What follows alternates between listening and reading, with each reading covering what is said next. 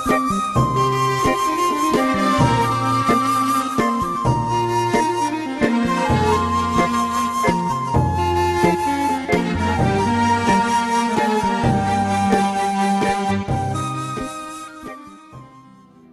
الله الرحمن الرحیم و بەناوی خوای بەخشندە و میهرەبان. سڵاوتان لێ بێ بینەران و بیسەرانی کەناڵی ئاسمانی پەیام. من عیمران ئەمیر خۆشحاڵم لە ئەڵقەیەکی نوێی بەرنامەی پەیامی تۆ لە شاری هەولێر و لە شوێنێکی یەکجار خەمناک بە ئێوەی خۆشەویست شاد دەبمەوە. كل نفس ذائقة الموت، هەموو نەفسێک دەبێت بمرێت. ئەمە تەوەی ئەم جارەی بەرنامەی پەیامی تۆ دەبێت دەچینە سەر گۆڕستانەکان و سەردانی ئەو گۆڕستانانە دەکەین کە سوکاری و نزیکەکانیان ئێستاکە لە ڕۆژی پێنجشەممە سەردانی گۆڕستانەکانیان کردووە. دیارەوە عادەتە لە نێو کۆمەڵگای ئێمە پێنجشەم و جومعان زیاتر سەردانی گۆڕستانەکان دەکرێت بەتایبەت لەلایەنەوە کەسانەوە کە کەسە نزیکەکانیان کۆچی دوایی کردووە. دەمەوێت بەرنامەی ئەم ڕۆی پەیامی تۆ بچم سەرنجی ئەم جرگ سوتاوانە بۆیەوە بگوازمەوە ئەو کەسانەی کە خۆشەویستانیان لێ مردووە، بزانین چی بە ئێمە دەڵێن، بزانین ئەوان هەستێکی چۆنیان هەیە، بزانین ئەوان لە چ ژیانێکدانا دوای لە دەستدانی کەسە ئازیزەکان بۆی ئێمەش نرخی کەسە ئازیزەکانمان بزانین. کەسانێکتان بۆ دوێنم دایکیان کۆچی دوایی کردووە، کەسانێکیش کوڕەکەیان و کەسانێکیش باوکیان، بزانین ئەوان سەرنجیان چییە لە سەر لە دەستدانی کەسە ئازیزەکان. من ئەوان بۆ ئێوە دەدوێنم و ئێوەش بینەر و بیسەری بەرنامەکەمان بن.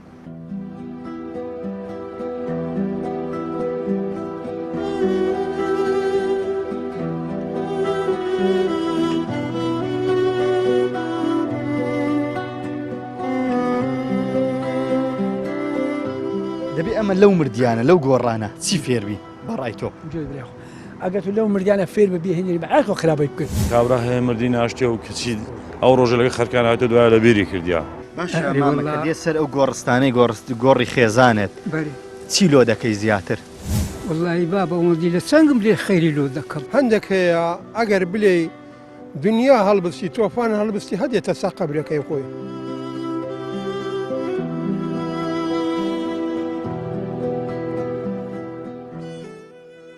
مامە تۆ چێت لێرە مردووە؟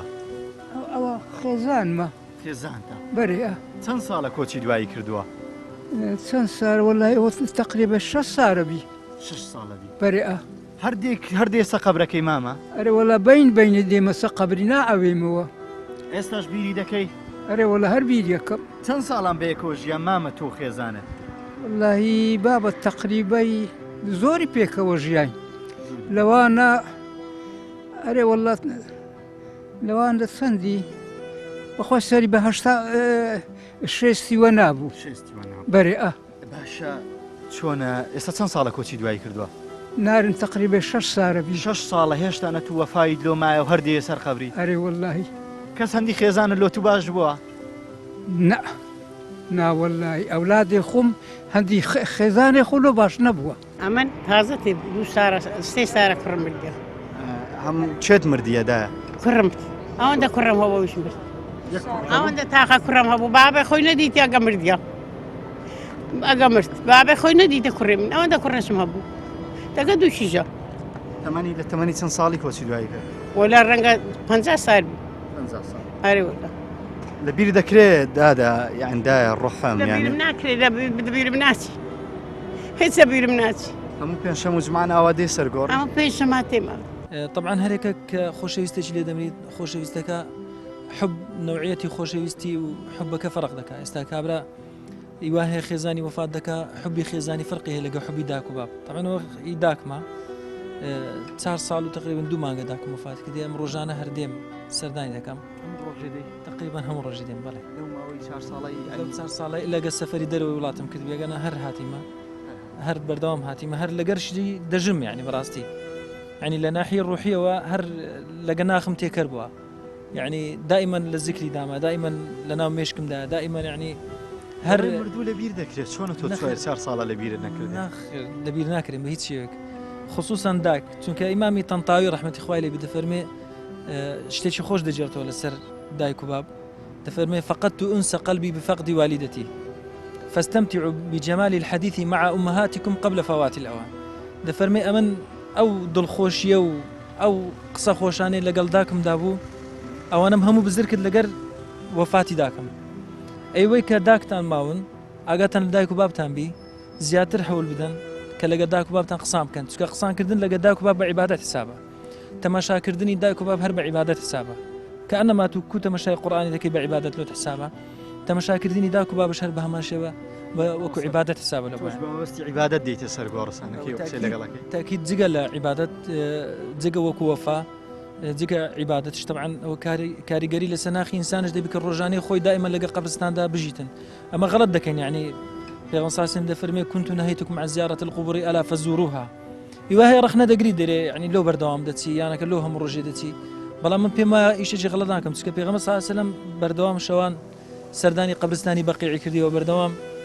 سەلامی لێ کردینە و دوعای بۆ کردوون یعنی فەرق دەکات پێنجشەم و جومعان سەردانی ئەو گۆڕستانە ئەکەم بەس ئەنکۆ کە پیچەک سیستم کردیتەوە پیچەک برازەیەکیم نەبوو مەلەیە گوتی هەموو پلچێ هەموو پێنجشەمە مەچوو هەموو پێنجشەمە هە پێنجشەمە چێوجا ئێرە چی لۆ دەکەی زیاترە والله فاتحی لۆ خوێنم چار دەورەی قەبرستانی لۆ خاوینەکەم و ئایا بە قەبری داکەم دار زەیتونە لە ئادەم ئەوەم هینای لە شەکرۆکەم هینای لەو تەوزیعەکەم ئاەتیرم لەو تەوزیعەکەم دویان ناگیری و شین و ڕۆڕۆیان ناوەلا تەوبەم کردێت چیمە مارا خوای ئەوەم کردێت تەوبەم کردیا ئەوان پێویستیان بەوەی نییە بێ ناوەلا لە ماری فاتحیان لەو حەجاکەم خێرێکی پێم کرد لە دەستم بێ لۆیانەکەم ئەوان پێویستیان بە دوعاە داژە تا چەند دوعایان بۆ دەکەی وەلا لۆیانەکەم هەموو بێم خۆیان لەو خاتی گەورەی یاخۆ دەرکەی باشتیان لێوەکەی و لە ئاگری جەهەنەمەیان پەدوورکە خۆیان گیان پارێزی خۆیان لیان خۆشبی ئەدی چیت هەیە لە بۆ ئەو دایکانەی یانە و ژنانەی دێنە سەر قەبرستانێ لە خۆ دەدانیان قوڕێوە سەر خۆدا دەکەن هیچ نییە ئەوە بەلاشە ئەوی ئەکەن هەموو بەلاشە کەسی پرچ ئەوان چیان دەوێت پلکە بەلهی ئایان ئەوێ ئەوە وچی نیانە سەری ئەمیش هەموو جاومێ وچی تاتم هەتا نەگریا بەم درمدا ناکات بەس وچی چوومە ماراخوای شەرتم دەکە خۆی خۆگرت گوتم لەسەر قەبرستانی هێسترم لە چاوینێ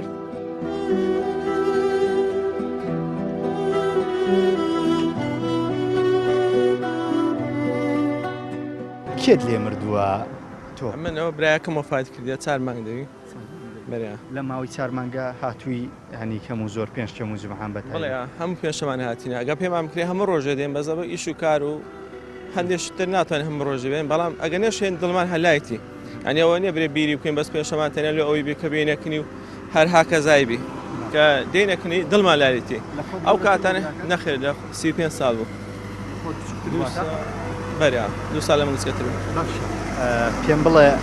لە بیرەکرێ مردوو لە بیرەکرێ کەسە ئازیزەکان لە بیر دەکرێن کەسە ئازەکان لە بیر ناکرێن برەی لە بیرکرێن شتیوانە بەڵام ڕۆژ بە ڕۆژ برەی لە بیر ناکرێت ڕاستی بەڵام ڕۆژ بە ڕۆژ ئەهوانتر دەبی چکە ژیانیش هەر ناتوانانی برێ هەر لای مردوەکان بی ژیانش پێویستە ئەنی بەشەر ژیان قورسە بەردەوام دەبێت و لەگەر ژیاندا بگونجێگە نەگونجێەوە ناتوانین سەرکەوتوی نابی شێت مردووە نزیکتری من مام مردیا کوڕە سێ برام هەوە سێ برام مردن کوڕە پلکم مرد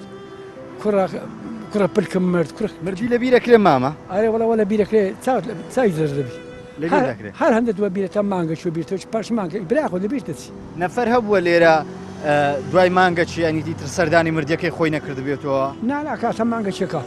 ئەتا مانگەش سەردانی دەکات تا مانگەش سەردانەکەی کا تەماشا کاتێ و برک لێ گریێ و پاشی مانگە کە ڕوبەی دەبەرێتەوە لە مارێ هەجوێشی لێ نییە ئەگە تو حەلا بخوا هەر لە بیر نەکەی والله ئەوڕۆ چ ڕۆژە چلێمیتی ئەوڕۆ سلەمینی ئارێ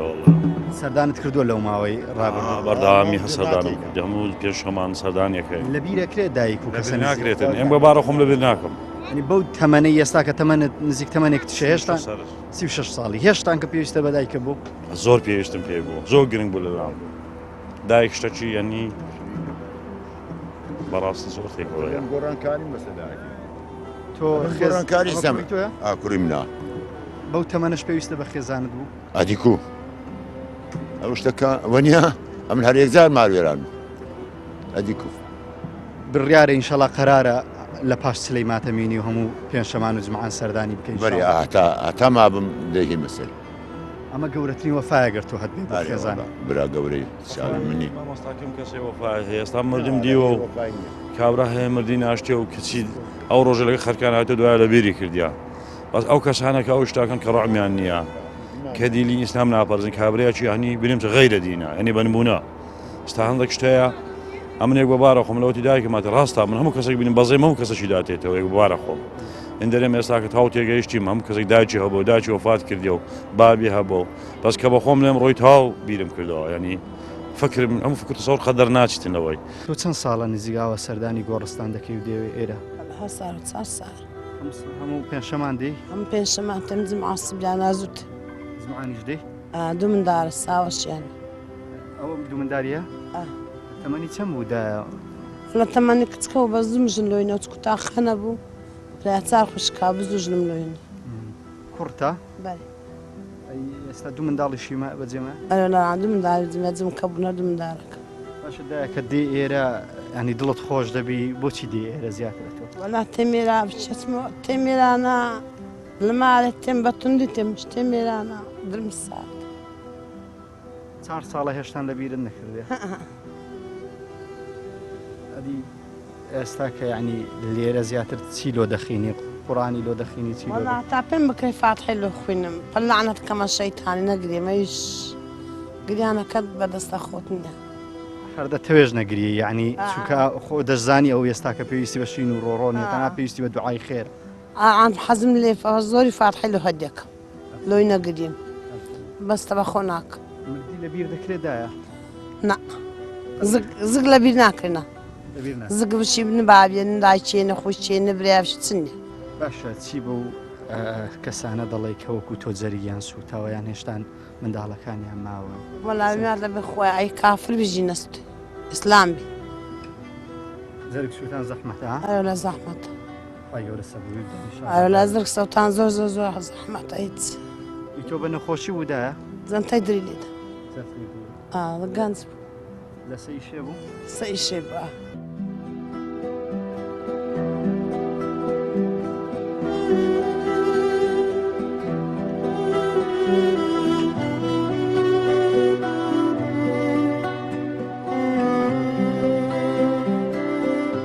دەبێ ئەمە لەو مردیانە لەو گۆڕانە چی فێربی بەڕای تۆ ئەگەر تو لەو مردیانە فێر بە بێهێنی بەعاکۆ خراپی بکرد کابرا هەیە مردی ناشتێ و کچی ئەو ڕۆژە لەگە خەرکان هاتە دوایە لە بیری کردیا باشە دێ سەر ئەو گۆڕستانەی گۆڕی خێزانێت چی لۆ دەکەی زیاتر واللهی بابە ئەوەندی لە چەنگم لێ خەیری لۆ دەکەم هەندێک هەیە ئەگەر بلێ دنیا هەڵبستی تۆفان هەڵبستی هەدێتە سا قەبرەکەی خۆی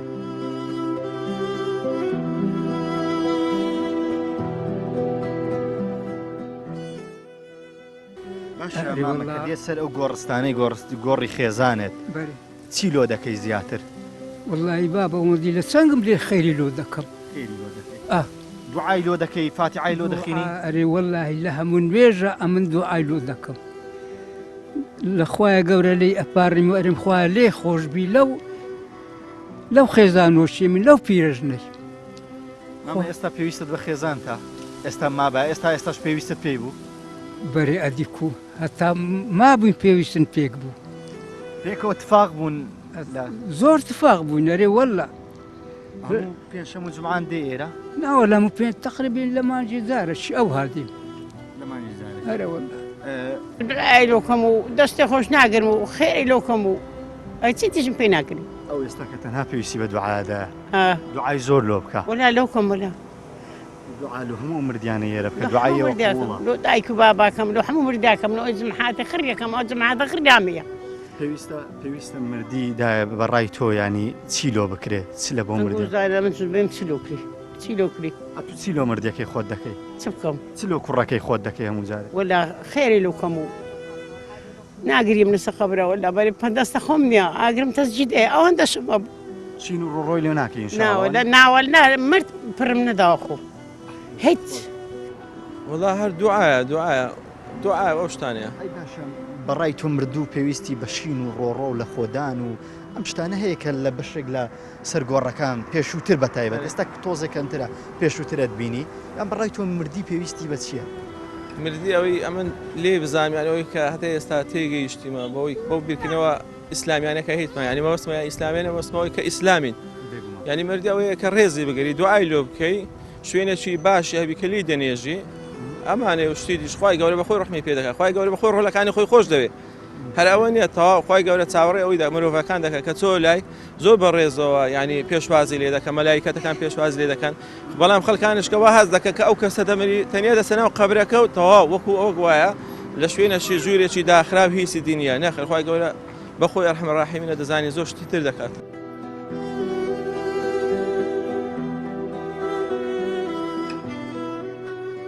چیان بۆ دەکەی ئەوان پێویستیان بە چیە مردی پێویستی بە چیە مردی دوعای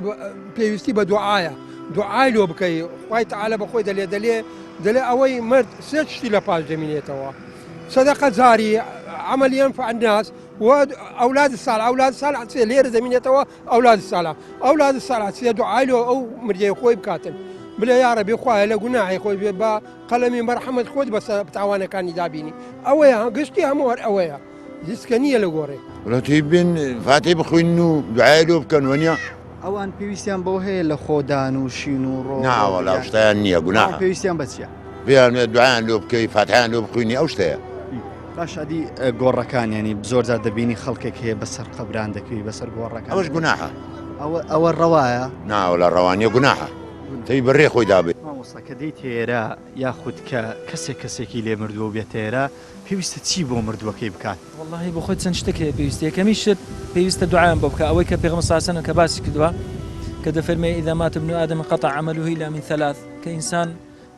ئەو شتانێک کە لە پاشی بەجێ دەمێنێ استیفادەیان لێ دەکا وەکو سەدەقە جاریە یان عەمەلێکی صالحە یاخود علمەکە کە لە پاشی بەجێ بمێنێ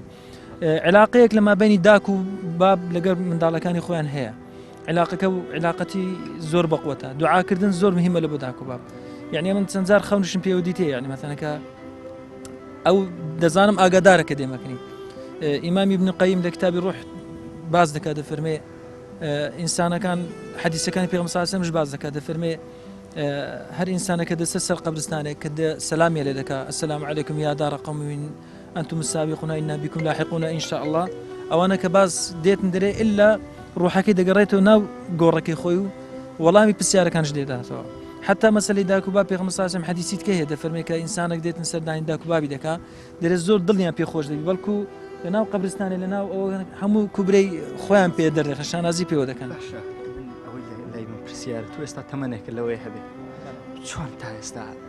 يعني پێویستە بەدایک بوو هەتا لەم تەمەنەش پێویستە بەدایکە بوو تأكيد إنسان حتى أجر بقاته حالتي أرذل العمرش يعني آخر بقاته مرحلة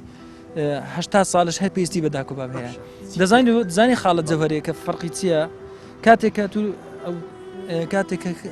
لەگەڵ داک و بابت قسان دەکەی یان ئەوان جێت لێ ڕادەگرن ئەوان وەکو ڕۆبۆت جێت لێ ڕناگرن ئەگە میسالەکە ها بینینە وەکو ڕۆبۆت جێت لێ ڕناگرن وەکو ڕوح جێت لێ ڕادەگری کاتێک جێت لێ ڕادەگری دەوێت مشکلەکان دوو حەلکە بەڵام مەمنوت و هاوڕێین مەسەنە برادرین زۆر برادرین لەوانەیە بێم مشکلی خۆم لە لای تو باز دەکەم تۆش لە لایم باز دەکەی کە دێ باز دەکەی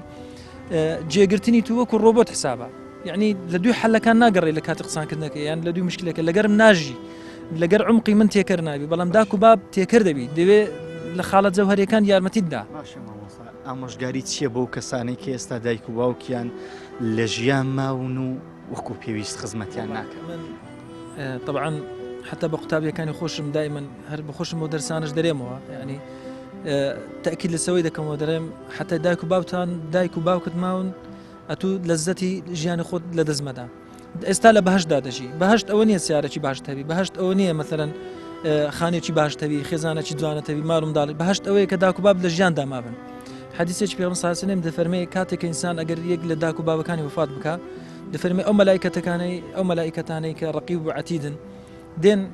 کردەوەکانت نانووسن حتا وەکو دایک و بابت مابنە ئیشت ئاسان دەبی دوعای دایک و بابت قبول دەبی ئیشەکان لە بۆ ئاسان دەبی دەفەرمێ کە کاتێک ئەگەر یەکێکیان وفات بکە ئەو مەلائکەتانە پێت دەرێن ئەوە دەرگایکی بەهەشتێت لێ قەپات بوو ئەگەر ئەوە کەیت کشت لە دەست بسی ئەوە دەرگای بەهەشتی دووەمش لێ قەپات بوو ئەجا ئینسان حتا دایک و باوکی مایە ئەمە نەسحەتم لە بۆ ئەو برادەرەوە هاوڕێیانەیە کە نازانن خۆشەویستی داک و باب چییە ڕۆژانە بنی پێداچیان ماچکەن ڕۆژان چکە تامەکەی دوایە دەزانن چیە چەند ناخۆشە مهما يكون پارەتەبی مهما يكون سەفەران بکەی هەر دڵت نەدای داک و بابدا مهما يكون گەورەترین شەهادەش بینی و هەر پێویستی دۆ داک و بابە یعنی یەک میسالیت کە یعنی ئەمە ئەگەر وەکو مسلمانی طبعا کە خوای گەورە نیعمەتی بەسەمەدا باراندی کە ئەمە مسلمانی لە دیانەی کۆنفۆشیۆسیەکان کە کۆنفۆشیۆس کە ساحبی دیانەتی سینیە زۆر گەورەیە 4,000 ساڵ پێش میلاد ئەو دیانەتە بەدەستێ کە ئەو فەلسفەی هینا داهێنا فەلسفەکەی کوو بوو کە داچی وەفاتی کرد 3 ساڵی ڕێک بە شەو ڕۆژ لەکن قبری داچی ماوە کاشتان ئیسلام هەوەختی هەر نهات بوو 3 ساڵی ڕەبق لەکن دایک و باوکی ماوە ئەو 3 ساڵی لێن دەر بەس کتابی فەلسفی و ئەو شتانی دەخوێندەوە کتابی دینی حتاوەکو لە ئاخرەکە فەلسفەی ئەخلاقی هینایە ناو کۆمەلگای لە بۆ ئەو کات باش بوو ئەو فەلسفە ئەخلاقی احترام ما بینی دایک و باب احترام ما بینی ژن و مێرد احترام ما بینی خزم و کەس و کار بەڵام ئێمە بالعکس یعنی هاوار لەسەر دایک و بابمان دەکەین ئاگامە لە دایک و بابمانێ یاخود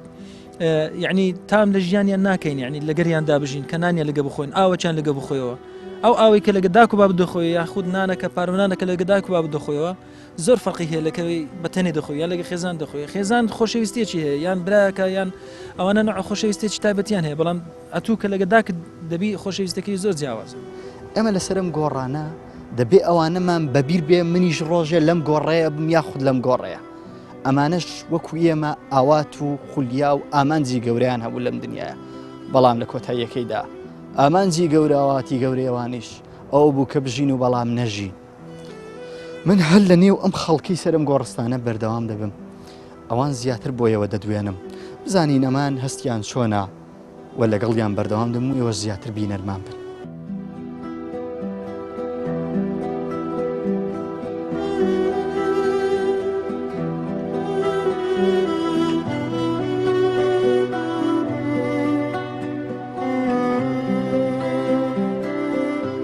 دەبێ ئەمە لەو مردیانە لەو گۆڕانە چی فێربی بەڕای تۆ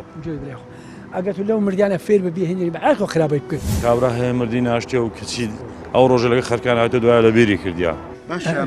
دێ سەر ئەو گۆڕستانەی گۆڕی خێزانێت چی لۆ دەکەی زیاتر والله بابە ئەوەندی لە چەنگم لێ خەیری لۆ دەکەم هەندێک هەیە ئەگەر بلێ دنیا هەڵبستی تۆفان هەڵبستی هەدێتە سا قەبرەکەی خۆی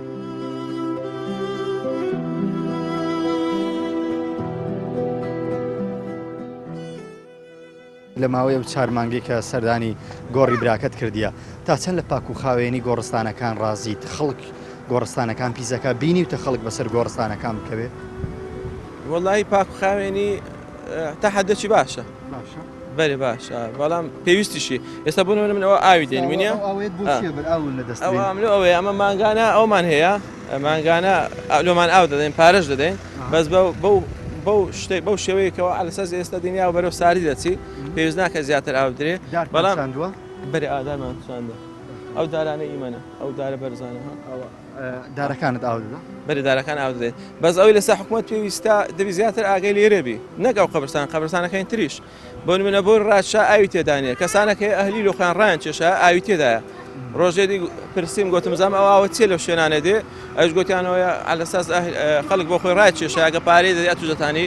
ڕاکێشی و ئاوی بدەیت گۆڕستانەکان بێ خزمەتم بەگشتی بەڕای تۆ بێ خزمەتنا لەو دارانێک ئێستا و داروبارەی کە دەیبین هەموو خەڵک بخۆیشان خەڵک بخۆی ئاو دەدا بخۆش بەڵێ هەرەوەلاتێنەوە پیستن هەموو شتی خۆن لە پرادەن هۆ پرادەن نابی تەبی قبر خاوێنی خاولەکەم لە ماری هینەیە پێم سترینەوە ئەوم پێدا کردە کە ڕاپشتە و مندارانە پێشپشتینە بەخوای هەر بقبرێ مە لێرە هەبێ نینەوە کە تە خۆبڕۆنی هەندە خاوینە ولا برهم فرازة ئەوە حەقا ئەوە حەقا ئەو شتانە زعما كنجي دعوة عقل كردي ما كنجي مع عقل بيعقب هل عقل بيعقبه خەڵکی هەنا حەقی بێ حەقا أي والله ئەتۆ چی دەکەی لێرە مامە زیاتر گۆڕەکان لێرە ئاودان هاتم ئەکەوت ئاودان دێم قەتع بیکابێک قەت عملو ئاودەلو ئاودەم هەتا مانگەکی 20,000 مەدات نانەبی قەت عادش بەدەست شوێ خاوینەکەمەوە کار 15,000 نارخستش مەدات ناوی پارتە دیوارش لە خۆ خەڵک تا چەند ینی پاک و خاوێنی ئێرە دەپارێزی بەگشتی برای من بخاوین لێرە تەماش بخوام نابر هەموو زبر هەموو تەماش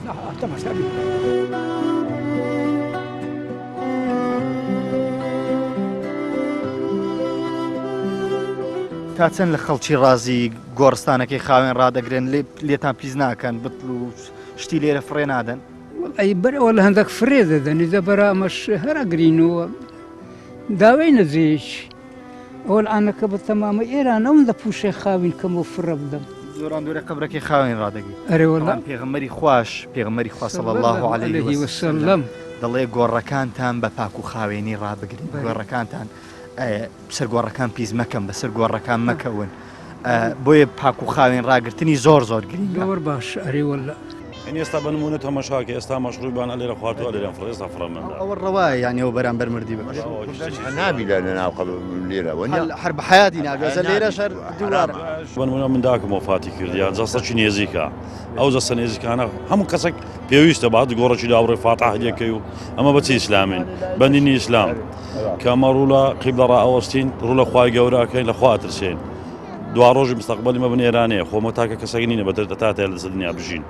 دوای یەک شت هەیە ئەو خەرکانەی کە لێرە مەسەن دێتن بنمونە دایکی مردی خوشتی مردی جەستە نێزەکەکانێتی وازم ئێستاێک بە بارە خۆم تەماشاکەم ئێستا قۆدی مەشروبە کە لێرە فڕەدرا بوو کارێکی زۆر ناجیازە نامزانین چی لێکم دوای بەگلادیشەکە بێدار فەقیرەی ئەو یە پێرە پاکاتەوە ناسا فڕێدا ئەنجا شتانە حرمەتیە بێڕێزیە ئەوە کابرا هەیە مردی پێچی نێمەتای لە خۆی هەردەمریتن خۆ چۆ دەچێت قوڕی بەسەری بە شتێک لێرەدا هەیە فکر لێ ناکاتەوە دوای ئەتوو کارە چووەها ئەکەی و کارژی زۆر ناجیازە دەبی ڕێزی لێ بگریت چکە ئەوە هەموو زێ هەمومانە هەندێک کەسێ دەرێ وەڵا مردم ئەمنی فڕێدەی ئەزێ نەخێر هەر کەسە دەبی جێ خۆی هەبیتن هەر کەسە دەبی حکومە خانیەکی دەکەی عیمارێکی دەکەی قەسرێکی دەکەی ڤیلەکی دەکەی دەلێ ئەوە لە ناوی دەحەوێن بەڵا ئەوان بەجێ دەیە لێ دنیاە بەڵا ئەوە نامی ئەوە دەمینێتەوە حتا ئاخری ئێلا بەرزەقین ئیلا یوم القیامە حتا ڕۆژی قیامەت دەمینێتەوە لێ مردووەکو خۆت بەڵێ من برا مردیە داکە مردیە باوکە مردیە لەبیر کرانە و کەسە لە بکرد ناکرێت کو لە بکرد دەکرێت ئەوانە لە بکرد ناکرێت ناوەڵە بەرادرم هەیە ئەمن هەنکەش لە بکری ناکرد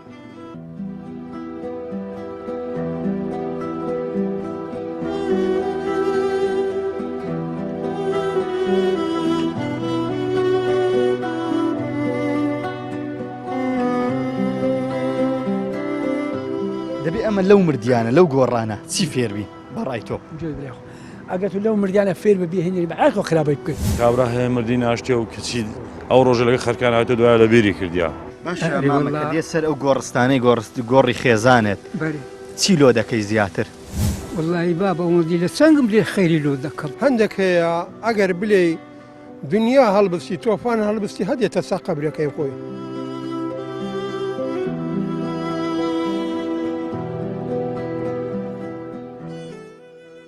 دەبێ ئەمە لەو مردیانە لەو گۆڕانە چی فێربی بەڕای تۆ ئەگەر تو لەو مردیانە فێر ببی هێنی بەعاکۆ خراپی بکرد قەت نابی خراپی بکرد قەت نابی خراپی چی فێر بووی تۆ لە وڵات فێر مازات هەر ماگە چوو بیرتە ماک پەردەست بەخێت دەست بە خراپیکەیەوە ماگە تەمەشای و گۆڕانە دەکەی ڕۆژە قەت بیرت کردێتەوە تۆش دەچێنەوە گۆڕی مامە مانگە چوو بیرەکەی و مانگەک لە پاشی مانگە لە بیرتەچی دەست خۆش بی ئەمە کوردین هیچمان وەبیر نییە ئەمن یەک ژنێک لە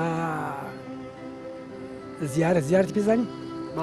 لە زیارتی ژنەکە پێشمەرگەم لە پێش دەرکەکەی سەلامەکەم لێ کردن بەژن باریک ببرند سلامەکەم لێ کردن چ ڕێک پێکم سەلام عەلەیکوم سەلام بەخێر گوتی خوشکم یەک نانم بدێ زۆرم برسیە گوتی نانمانی گوتم خوشکم هەتا نانەکەم لێرە ناڕۆ نانەکەی دامێ 28 ساڵ دوعا لە ژنێکم بە حەقی ئەو خوای لە ڕۆژێ ژێژنە کول ژنە خۆ و چی خۆ دوعا لە ئەرمیار بخوا ژنێ سندە تێخواستن هەندێک دات ئەو ئەمەچی ئەو هەیە ئەوەیە کابرا 28 ساڵان دوعا لە ژنە چ بکە نانش دایتێ ئەمە کەسمان بیر نییە هەموو کەس لە بیر دەکەین بێوەفای مامە بەڕای تو زۆر ئەمە خەڵکی ئێمە زۆر بێوەفای وەڵڵاهی هەن بێوەفای ئەزان چێ بەس مانگە چێک دینوە بیرە ئەگە ئیشم پێبی چاوەکەی منی ڕوعەکەمی خورامتەم برایەکەم جانەکەم